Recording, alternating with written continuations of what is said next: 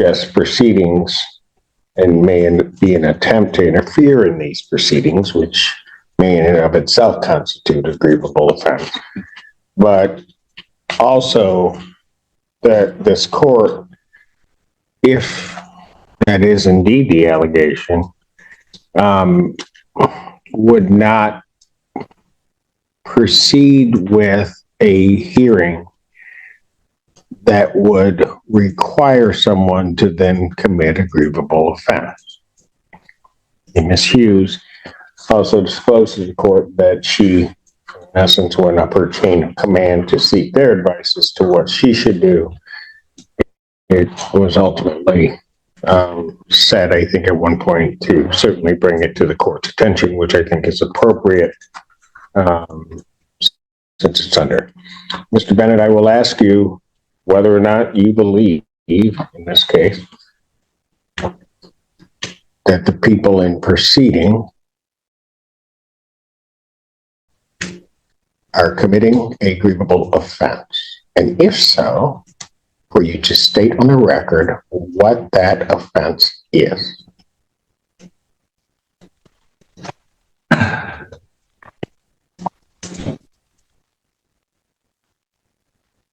My concern. I'm not asking for your concern. I'm asking for you have made an accusation that know what? I don't believe that they're committing a grievable offense. Do you believe that in starting this exam that they would be committing a grievable offense? No. Was that said to the prosecutor?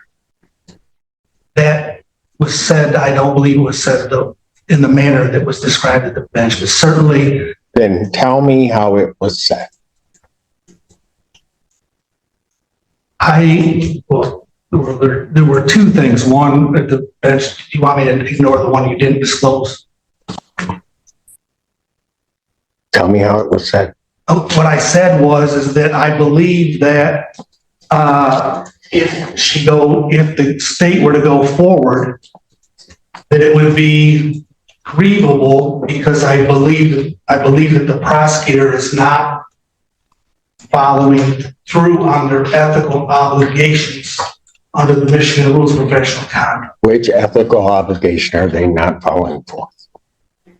The two that I am concerned about are, one is determining what the actual facts are, and the two is prosecuting somebody who may in fact be actually innocent.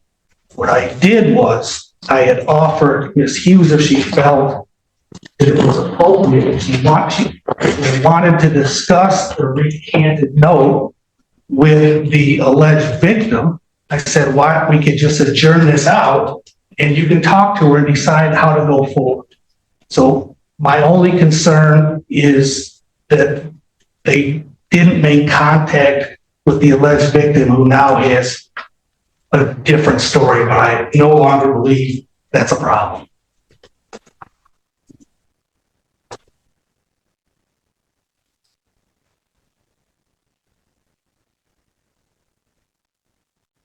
Does that, even as you describe it, amount to something that is grievable?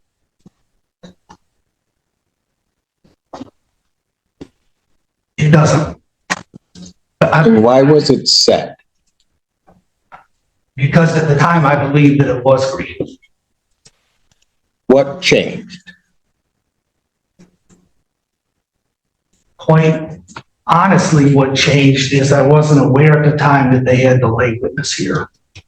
And so the presence of the lay witnesses, I think, eliminates all of the issues I had with the police providing the testimony that's admissible here, but not in trial. Ms. Hughes. I absolutely intend on proceeding pursuant to MCL 76827C. I have made no statements to Mr. Bennett about Ms. Potter being present. But I don't think it is, because Ms. Potter is not present. Explain to me, Mr. Bennett, how that makes a difference. Because quite frankly, I think your accusation is against the prosecutor amounts to your attempt to obstruct these proceedings. So explain to me, which in and of itself would be grievable, counsel. So explain to me what happened now that you know that they're there, how that changed the whole mindset.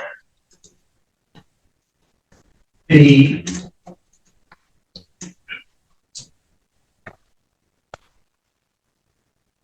proceeding with statements that would exclusively be inadmissible at trial and going forward on those. These are confrontation clause issues.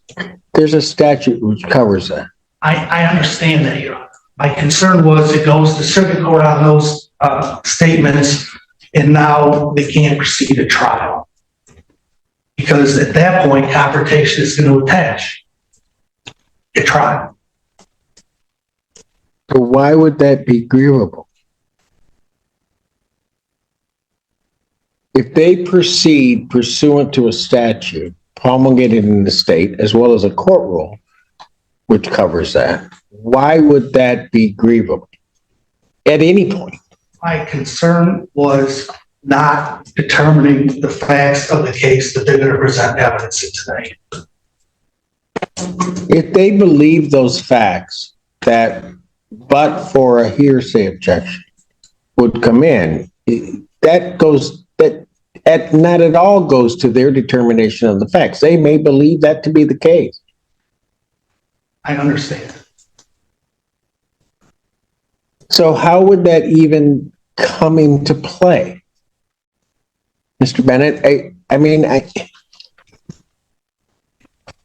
how does that even come into play?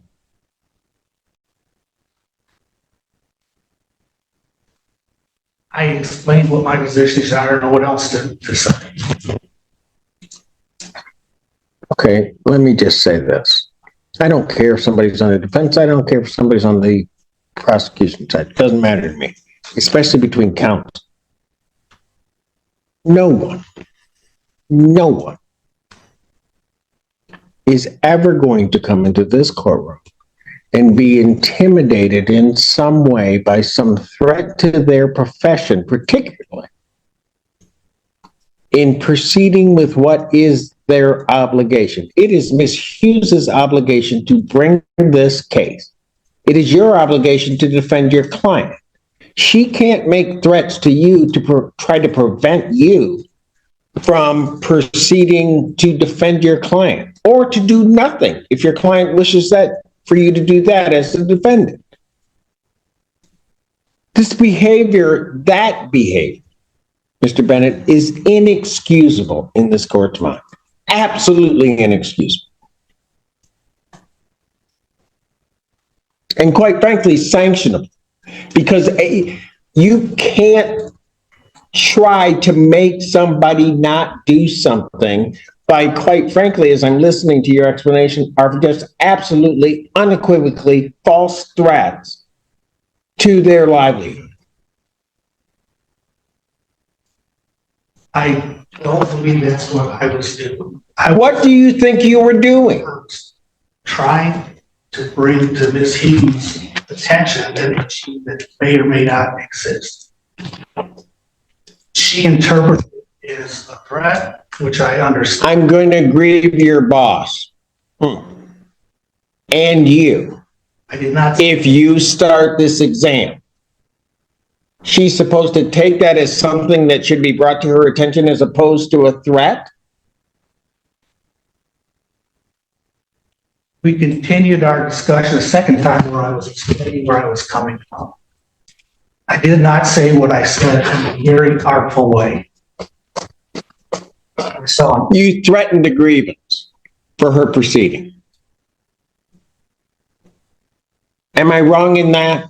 I didn't consider that I threatened it. I was trying to bring an issue forward to this threat. She took it as a threat. What was she supposed to take it as?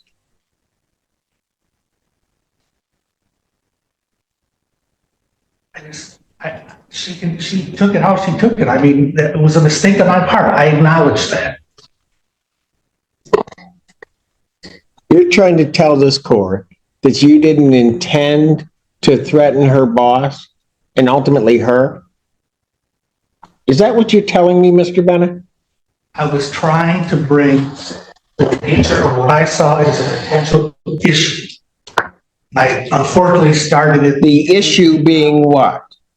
Their use of evidence pursuant to the court rule, which is why we have these hearings, why you have the ability to object, and then this court would have to rule? I felt this case was different because this is not a situation where, this is a situation where the alleged victim is given another detailed statement as to what happened. And so what makes that different?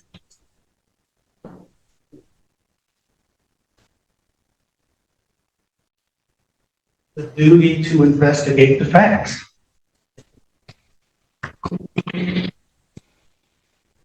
How do you know they haven't?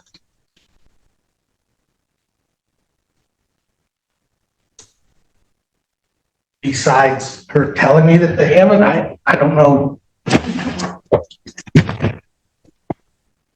I don't know who her is, but I've never told him with the information. I've never told him about the many contacts that she's had with my office. I've never told him about, he's put on the record that she's been appearing at the hearings. Your Honor, she's been at hearings that Your Honor has presided over.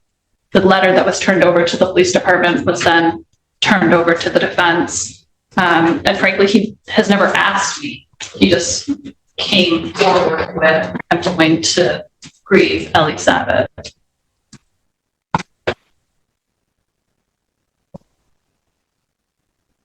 Mr. Bennett, I am very concerned. What was your intent on saying that?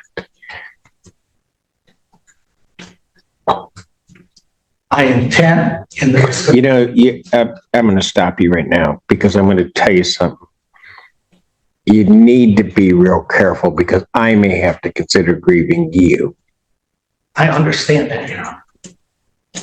And I don't think you want that.